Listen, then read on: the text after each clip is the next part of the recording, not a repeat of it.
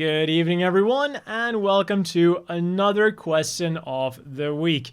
This time asked by Matt ASV. What's the deal with beam saber colors in the Universal Century? Sure, most of them are pink, but the GPO2 and Kshatriya both have green ones that at least feel more powerful. Then we have the blue ones like the Delta Plus, and there was seemingly a yellow face in the Zeta Gundam years. Is this just a choice in universe? Is there any power difference? I've googled around for information in MS Bibles or other world books and have always come up short. And well, Matt definitely has a point here. Apart from pink being the main color, there seems to be very little rhyme or reason to any of the colors being used, at least in the Universal Century. And this has led to quite some fan speculation. Like, when I googled it, I even found some posts that tried to scientifically explain why some colors would be more powerful than others. And in the example that Matt gave, the GPO2 does have a more powerful experimental beam saber that was developed for powerful experimental mobile suits. But at the same time, it is never stated that the color has anything to do with it.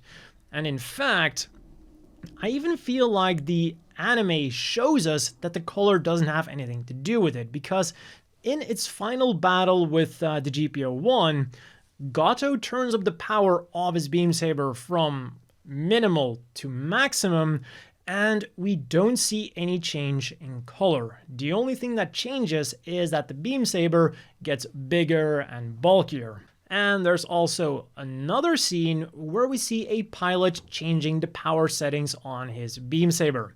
The onsen scene from the 08th MS team, where Shiro this time turns down the heat of his beam saber to warm up the water instead of straight up vaporizing it, which is what would have happened if he'd put his combat strength beam saber into the water.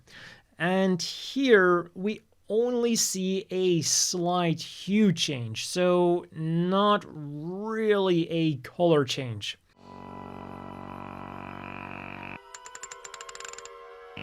Okay, go ahead! And then another theory that you will sometimes see thrown around is that it's some kind of friend or foe thingy, where, for example, one side uses pink and the other one uses yellow. And while I did see some examples where it mostly applies to the series, there's always some kind of exception that just completely throws this theory out of the water. One example I saw was Char's counterattack, where we see Neo Zeon using yellow beams, the Sazabi, the Gyaradogas, and the Yogdogas, and the Federation using pink, being the J-Guns and the new Gundam. But then, of course, we have the Rigazi that also uses yellow beam sabers and doesn't follow the mold. And then we have other series like the Zeta Gundam that Matt mentioned, where it's just a free-for-all. We see pink, we see green with the Rig Diaz, we see everyone using yellow for some reason, and there is really no line to be drawn here. Maybe you can make up something for your headcanon, but as far as actual in-universe explanations go, there seems to be very little reason here. The only thing that I did notice is that we do get one case of color significance with the Gym 2. Because in Zeta Gundam, they're used by the Titans and by extension the Federation, where they are the bad guy mobile suit and they use yellow beams.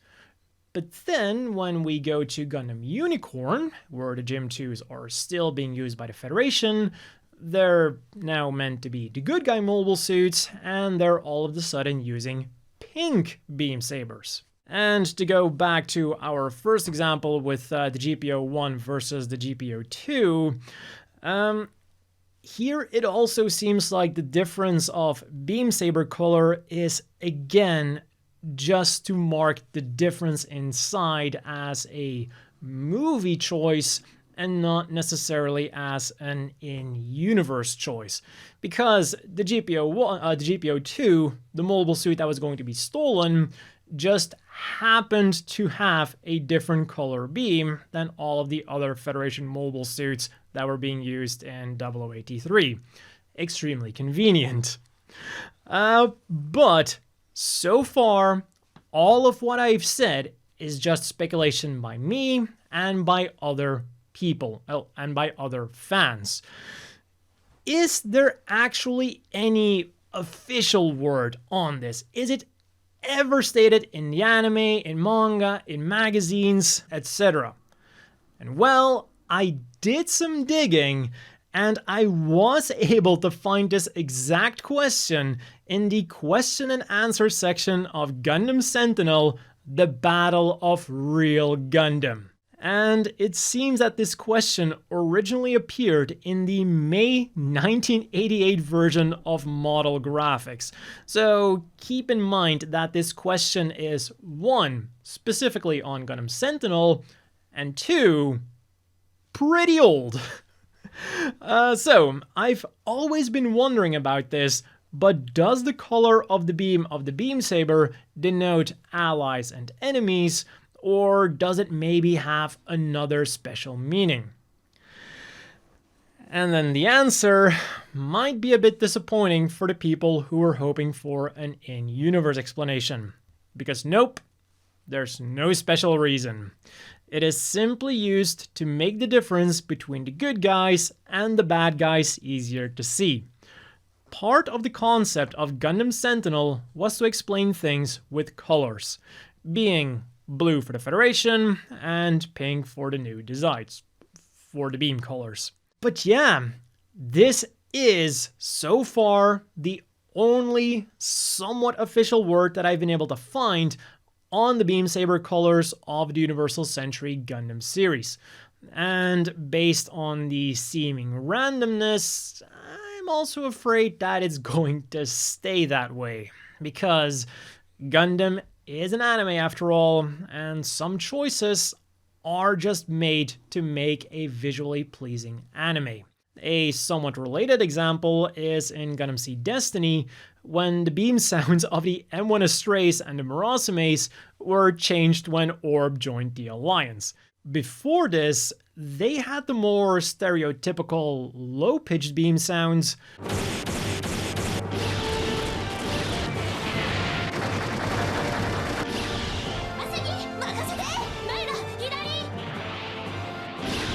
but when they switched sides, they got the higher pitched beam sounds from the daggers and the Windams.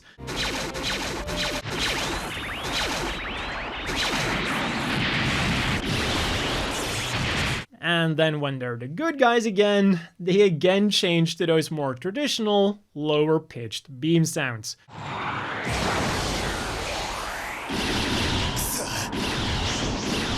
There's no in-universe explanation, and it is very simply done to show that they're the bad guys now, and then later on that they're the good guys again.